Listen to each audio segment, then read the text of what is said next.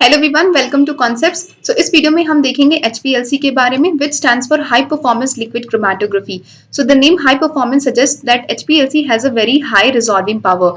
It means कि जो HPLC का रिजॉल्विंग पावर होगा या it has a very good resolution power as compared to other chromatographic techniques, and therefore HPLC plays a very significant role when you compare with other chromatographic technique. जब बात करेंगे HPLC की, तो HPLC is basically used for the identification, separation and quantification of the drugs or the sample components. And so HPLC में हम सबसे पहले देखेंगे इसका general introduction, that what is actually HPLC, and then हम समझेंगे इसका प्रिंसिपल एंड इंस्ट्रूमेंटेशन। इंस्ट्रूमेंटेशन में हम इसके हर एक कंपोनेंट्स को डिटेल में समझेंगे और उसके कैरेक्टरिस्टिक फीचर्स को हम देखेंगे, and then at last we'll be understanding its application की इसका लैबोरेटरी में क्या क्या यूज है। And then at the end of the video, we will also be seeing UPLC, which stands for Ultra Performance Liquid Chromatography. So Ultra Performance Liquid Chromatography का क्या क्या advantages हैं as compared to HPLC, हम उसको भी video के and में समझेंगे। जब बात करते हैं HPLC की, so HPLC also stands for High Performance Liquid Chromatography और High Pressure Liquid Chromatography. सो हाई प्रेशर लिक्विड क्रोमेटोग्राफी इसको इसलिए बोलते हैं बिकॉज जो भी सैंपल है उसको आप कॉलम के through eight a very high pressure आप उसको क्या करते हैं, रन कराते हैं, and therefore high pressure liquid chromatography is used for HPLC। जब बात करते हैं HPLC, it's a type of column chromatography, और कॉलम क्रोमेटोग्राफी में भी ये लिक्विड क्रोमेटोग्राफी होते हैं।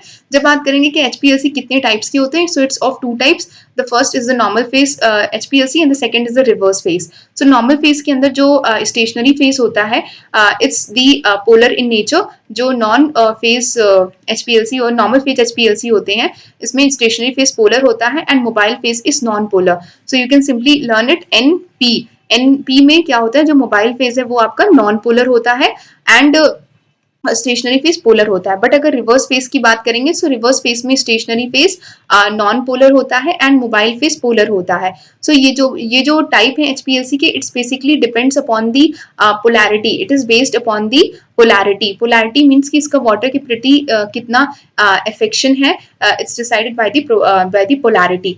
But reverse phase HPLC is commonly used in today's time. जब बात करेंगे इसकी प्रिंसिपल की कि HPLC किस प्रिंसिपल पे वर्क करता है, so as I already told you about the distribution and the partition coefficients. तो ये क्या होता है, it's the concentration of analyte in phase A and to the ratio upon the concentration of analyte in phase B. So it's simply written over here कि जो HPLC का principle है, it is based upon the distribution of the components between the mobile phase and the stationary phase, and also the relative affinity, कि अगर mobile phase की affinity stationary phase की towards अगर कम है, so it will elute out faster as compare to the mobile to the components that has more affinity towards the stationary phase. इसका मतलब ये हुआ कि जो भी कंपोनेंट्स सैंपल की जिसकी एफिनिटी अगर ज्यादा हुई स्टेशनरी फेज के टुवर्ड्स, तो उसका जो भी इल्यूजन होगा वो क्या होगा, वो स्लोअर रेट पे होगा। अगर एफिनिटी कम हुई तो इल्यूशन क्या होगा, फास्टर होगा। किसके टुवर्ड्स, स्टेशनरी फेज के टुवर्ड्स उसकी एफिनिटी को हम देखते हैं। अब हम देखते हैं the core of HPLC which the instrumentation, और इसको हम समझेंगे डिटेल में। सो फर्स्टली वील सी कि यहाँ पे एक सॉल्वेंट रिजर्वॉयर है जिसके अंदर क्या होता है, मोबाइल फेज प्रेजेंट होता है, and then you have the pump. जो सॉल्वेंट ये मोबाइल फेज को क्या करता है, पंप करता है at a very high pressure. Then we have the injector loop जो सैंपल को इंजेक्ट करता है कॉलम के अंदर, and then we have the column जिसके थ्रू क्या होता है, पूरा प्रोसेस रन कराया जाता है, which is the heart of HPLC। And then we have the detector जो डिटेक्ट करता है, रिकॉर्डर इसको रिकॉर्ड कर देता है, एंड देन यहाँ से सैंपल का कलेक्शन हो जाता है। सबसे पहले हम क्या करते हैं, जो भी कॉलम है उसको इक्विलिब्रेट करते हैं by just passing the buffers. So हमें यहाँ पे क्या मिलता है, सिंपली हमें बेस लाइन यहाँ पे मिल जाती है। बट जब यहाँ पे कोई भी सैंपल के कंपोनेंट्स से पास आउट होते हैं, तो यहाँ पे हमें पीक्स मिलते हैं, यहाँ पे हमें पीक्स मिलते हैं जिससे हम इंटरप्रेट करते हैं, हम ग्राफ को फिर इंटरप्रेट करते हैं कि हाँ उसमें कौन सी इंप्योरिटीज या कंटामिनेशन या कौन से कंपोनेंट्स प्रेजेंट है। अब हम सारे कंपोनेंट्स को वन बाय वन समझेंगे।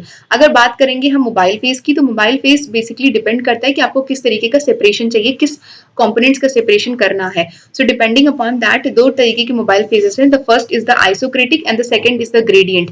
आइसोक्रेटिक में क्या होता है, जो भी मोबाइल फेज की जो भी कंपोजिशन है वो प्रीफिक्स्ड होते हैं, पहले से सबसाइडेड होती है, एक fixed composition of mobile phase को हम रन कराते हैं। बट ग्रेडियंट में ऐसा नहीं होता है। ग्रेडियंट में क्या होता है, हम पर्टिकुलर रेशियो या कॉम्पोजिशन के मोबाइल फेज को एक पर्टिकुलर टाइम पीरियड के रन कराते हैं एंड देन हम उसकी कॉम्पोजिशन को चेंज कर देते हैं या हम उसकी कॉन्सेंट्रेशन को चेंज कर देते हैं एंड फिर नेक्स्ट टाइम पीरियड में हम उसको रन कराते हैं। सो ग्रेडियंट में क्या होता है, जो भी कॉन्सेंट्रेशन या कॉम्पोजिशन है मोबाइल फेज का उसको हम चेंज कर सकते हैं, वो प्री डिटरमाइंड नहीं होते हैं।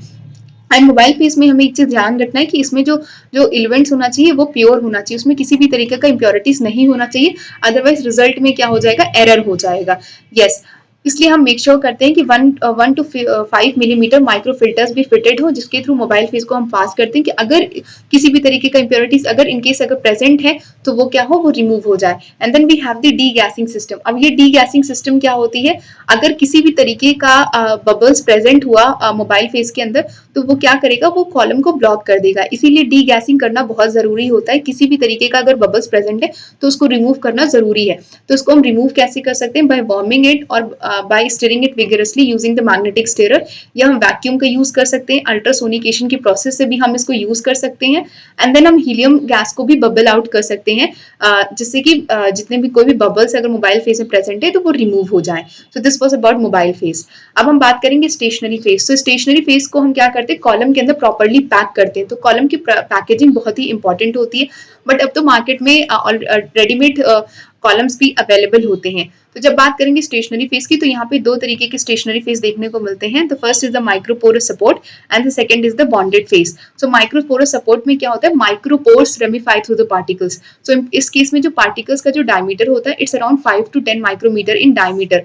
अगर बॉन्डेड फेज की बात करेंगे, सो इस केस में जो स्टेशनरी फेज है, it gets chemically bonded to a inert support silica. So this was the two stationary phases. Now यहाँ पे आता है कि हम सैंपल को कैसे अप्लाई करते हैं। तो सैंपल का एप्लीकेशन होता है with the help of the injector loop. Injector loop क्या होता है, मेटल से बना होता है और इसमें एक फिक्स्ड वॉल्यूम में आप क्या करते हैं, सैंपल को होल्ड करते हैं और फिक्स्ड वॉल्यूम में कॉलम में इंट्रोड्यूस करते हैं हम सैंपल को with the help of the valves. फिर यहाँ पे आता है गार्ड कॉलम्स। गार्ड कॉलम्स क्या होते हैं, गार्ड का काम क्या होता है, प्रोटेक्शन प्रोवाइड करना या सिक्योरिटी प्रोवाइड करना। सो गार्ड क्या करता है, अगर किसी भी तरीके का कंटामिनेशन प्रेजेंट है, सो इस केस में क्या हो जाएगा, जो भी कॉलम है आपकी रिजॉल्विंग पावर है वो क्या हो जाएगी, कम हो जाएगी। इसलिए कॉलम की रिजॉल्विंग पावर कम ना हो, हम इंजेक्टर लूप और कॉलम के बीच में एक गार्ड कॉलम लगाते हैं जो सारे कंटामिनेंट्स को रिटेन कर देता है और फिर हम इसको टाइम टू टाइम पीरियड इसको हम क्या करते हैं, चेंज करते रहते हैं। तो जो गार्ड कॉलम का जो पैकेजिंग होता है, it will be same as that of the column, और उसका इंटरनल डायमीटर भी सेम होता है कॉलम की तरीके का। और जो भी सैंपल्स हम यूज करते हैं HPLC में, वो क्या क्या होते हैं, वो सीरा को यूज कर सकते हैं, ह्यूमन प्लाज्मा को यूज कर सकते हैं, ब्लड को यूज कर सकते हैं, यूरिन सैंपल के एनालिसिस हम HPLC के थ्रू कर सकते हैं। अब बात करते हैं पंप की, because high pressure liquid chromatography है तो इसमें पंप का क्या होगा, यूज होगा। सो पंप के केस में हम कौन से पंप यूज कर सकते हैं, we use reciprocating pump which is a type of constant displacement pump. तो इसमें जो भी प्रेशर है वो है अराउंड 50 मेगा पास्कल का प्रेशर ये एग्जर्ट करता है। इसमें किसी भी तरीके का पल्स नहीं होना चाहिए या किसी भी तरीके के फ्लक्चुएशंस नहीं देखने को मिलना चाहिए, एक कंटिन्यूअस फ्लो रेट होना चाहिए। एंड प्रिपरेटिव सेपरेशंस के लिए जो फ्लो रेट है, it's around 10 to 100 centimetre cube पर minute. Now we'll be seeing the heart of HPLC, which is the column. So column क्या होती है, column is present in HPLC. So column दो तरीके की होते हैं HPLC के केस में. The first is the conventional column and the second is the micro bore और open tubular columns. Obviously micro bore columns के ज्यादा एडवांटेजेस होते हैं जो हम नेक्स्ट स्लाइड में देखेंगे। जब बात करेंगे कन्वेंशनल कॉलम्स की, तो ये स्टेनलेस स्टील से मिलकर बने होते हैं and it can withstand pressure of about 50 mega pascal. जब इसकी लेंथ की बात करेंगे, so it's around 3 to 25 centimetre long, but when you see microbore, so इसका लेंथ होता है just double to that of conventional columns which is around 25 to 50 centimetre long. अगर इसका इंटरनल डायमीटर देखेंगे तो इट्स 4.6 मिलीमीटर इंटरनल डायमीटर होता है, but माइक्रोबोर का इंटरनल डायमीटर कम होता है, it's around 1 to 2 millimetre internal diameter. अगर इसके फ्लो रेट की बात करेंगे कन्वेंशनल कॉलम्स में, तो कन्वेंशनल कॉलम से फ्लो रेट होता है 1 to 3 सेंटीमीटर क्यूब पर मिनट, whereas माइक्रोबोर में फ्लो रेट कम होता है, it's around 5 to 20 millimetre cube पर मिनट इसका फ्लो रेट होता है। So due to the reduced flow rate microbore columns के एडवांटेजेस होते हैं over conventional columns. So here we are having the advantages of microbore और open tubular columns over the conventional columns. So इसमें सबसे पहला advantage है that it involves reduced eluent consumption. So let me write firstly over here कि the advantages of microbore over conventional columns. तो सबसे पहला है रिड्यूस्ड इल्वेंट कंजम्पशन, कि इसमें जो भी इल्वेंट होगा उसका जो भी वॉल्यूम होगा वो कम रिक्वायर्ड होगा as compare to conventional ones due to lesser flow rates. इसको आप इंटरफेस कर सकते हैं मास स्पेक्ट्रोफोटोमीटर्स के साथ में, एंड देन इसकी जो सेंसिटिविटी होती है वो भी इंक्रीज आउट हो जाती है due to decrease in the flow rate. So microbore columns जो होते हैं ये काफी एडवांटेजेस होते हैं as compare to conventional columns. Now we have the different types of detectors. We have a list of detectors over here. तो इसमें सबसे पहले आते हैं variable wavelength detectors. So variable wavelength detectors is based upon the UV visible spectrophotometry. जो detectors होते हैं basically जो भी आपके कंपोनेंट सेपरेट आउट हुए हैं इसको डिटेक्ट करते हैं एंड हमें क्या करते हैं, हमें क्रोमेटोग्राम देते हैं. फिर स्कैनिंग वेवलेंथ डिटेक्टर होते हैं, फ्लोरेसेंस डिटेक्टर होते हैं, इलेक्ट्रोकेमिकल डिटेक्टर होते हैं जो इलेक्ट्रो एक्टिव सब्सटेंसेस या एनालाइट्स की डिटेक्शन करते हैं. मास स्पेक्ट्रोमीटर डिटेक्टर्स होते हैं जो केमिकल स्ट्रक्चर का डिटर्मिनेशन भी करते हैं. Then we have the NMR spectrophotometer detector and then refractive index detector which is commonly used during the analysis of the carbohydrates. And then we have the evaporative light scattering detector. So this are the list of detectors. Detectors में आपको नाम पता है, that's more than enough. Now अब हम देखेंगे यूपीएलसी के बारे में. सो यूपीएलसी एचपीएलसी से कैसे डिफरेंट है ये हम समझेंगे. सो सबसे पहले क्या होता है यूपीएलसी में. तो यूपीएलसी में सबसे पहले आता है कि इसकी जो भी रिजोल्यूशन पावर है वो एनालाइट्स की वो इंक्रीज कर जाती है as the particle size of the stationary phase decreases. कहने का मतलब ये है कि जो स्टेशनरी फेज की अगर पार्टिकल साइज अगर डिक्रीज हो रही है सो एनालाइट्स की जो रिजोल्यूशन पावर है वो इंक्रीज कर जाएगी. बट ये अच्छी चीज तो है, बट इससे क्या होता है कि जो बैक प्रेशर आता है इल्वेंट से वो इंक्रीज कर जाता है. सो इसीलिए ऐसा सिस्टम बनाना पड़ता है कि जिससे कि जो भी ये हाई बैक प्रेशर है इसको आप क्या कर सके, कॉम्पेंसेट कर सके. So this is being compensated in UPLC. So UPLC में जो भी बैक प्रेशर कॉम्पेंसेटेड है इट्स अराउंड 150 मेगापास्कल का प्रेशर ये क्या करता है, कॉम्पेंसेट कर सकता है. इसमें जो पार्टिकल साइज है it's around 1.7 micrometre in diameter and ये क्या करता है, it's 10 times more faster than HPLC. Remember this key point की UPLC is 10 times faster than HPLC. And इसका जो क्रोमेटोग्राम होता है इट लास्ट फॉर 5 मिनट्स और इसमें जो पीक्स है it last for 1 seconds. And conventional HPLC में वो जो पीक है वो 10 सेकेंड्स के लिए लास्ट करते हैं. So this is just the advantages of UPLC over HPLC. अब हम समझेंगे एचपीएलसी का एडवांटेजेस क्या है या एप्लीकेशंस क्या है. ये हम देखेंगे कि एचपीएलसी के एप्लीकेशंस क्या है. सो एप्लीकेशंस में आते हैं सबसे पहले फार्मास्यूटिकल इंडस्ट्रीज में हम एचपीएलसी का यूज कर सकते हैं ड्रग्स की क्वालिटी कंट्रोल के लिए या हम ड्रग की स्टेबिलिटी को मॉनिटर करने के लिए. सबसे पहले क्या होता है, जो भी आपका स्टैंडर्ड ड्रग है उसको हम एचपीएलसी के थ्रू पास कराते हैं. एंड देन अगर हम जो भी हमारा टेस्ट ड्रग है उसमें अगर किसी भी तरीके का इम्प्योरिटी हो गया तो हमें जो पीक्स मिलती है पीक्स में क्या होंगी, ऑल्टरेशंस हो जाएंगी. सो हम उस पीक को कंपेयर करके हम इम्प्योरिटीज को क्या कर सकते हैं, डिटरमाइन कर सकते हैं. देन एनवायरमेंटल एप्लीकेशंस में आते हैं फिनोलिक कंपाउंड्स को अगर हमें डिटरमाइन करना है कि ड्रिंकिंग वाटर में प्रेजेंट है कि नहीं है. अगर हमें पॉल्यूटेंट्स की बायो मॉनिटरिंग करनी है तो वो हम एचपीएलसी के थ्रू कर सकते हैं. फूड इंडस्ट्री में प्रिजर्वेटिव्स हमें फूड्स में देखते हैं, फूड की एनालिसिस करनी है उसमें किसी तरीके का टॉक्सिक सब्सटेंसेस तो नहीं प्रेजेंट है, कोई एडल्टरेंट तो नहीं है उसमें, ये हम चेकआउट कर सकते हैं एचपीएलसी के थ्रू. एंड देन क्लिनिकल टेस्ट में एचपीएलसी का जो यूज है वो है यूरिन के एनालिसिस में, ब्लड के एनालिसिस में. फॉर एग्जांपल स्पेसिफिक कंस्टिट्यूएंट जैसे बिलीरुबिन हमें मॉनिटर करना है, बिलीवर्डिन मॉनिटर करना है, तो ये हम क्या कर सकते हैं, एनालाइज कर सकते हैं एचपीएलसी के थ्रू. या एंडोजीनियस न्यूरोपेप्टाइड का अगर डिटेक्शन करना है एक्स्ट्रा सेलुलर फ्लूइड में सो वो भी हम एचपीएलसी में परफॉर्म कर सकते हैं. एंड देन अगर बात करते हैं इसका फॉरेंसिक्स में क्या एप्लीकेशन है. सो अगर हमें बायोलॉजिकल सैंपल्स में जैसे कि अगर ब्लड में हमें या प्लाज्मा में हमें देखना कि उसमें स्टेरॉइड्स प्रेजेंट है कि नहीं है, किसी पर्टिकुलर एथलीट ने स्टेरॉइड लिया तो नहीं है या कोकेन प्रेजेंट तो नहीं है, सो इसको बेसिकली हम डिटरमाइन कर सकते हैं एचपीएलसी के थ्रू.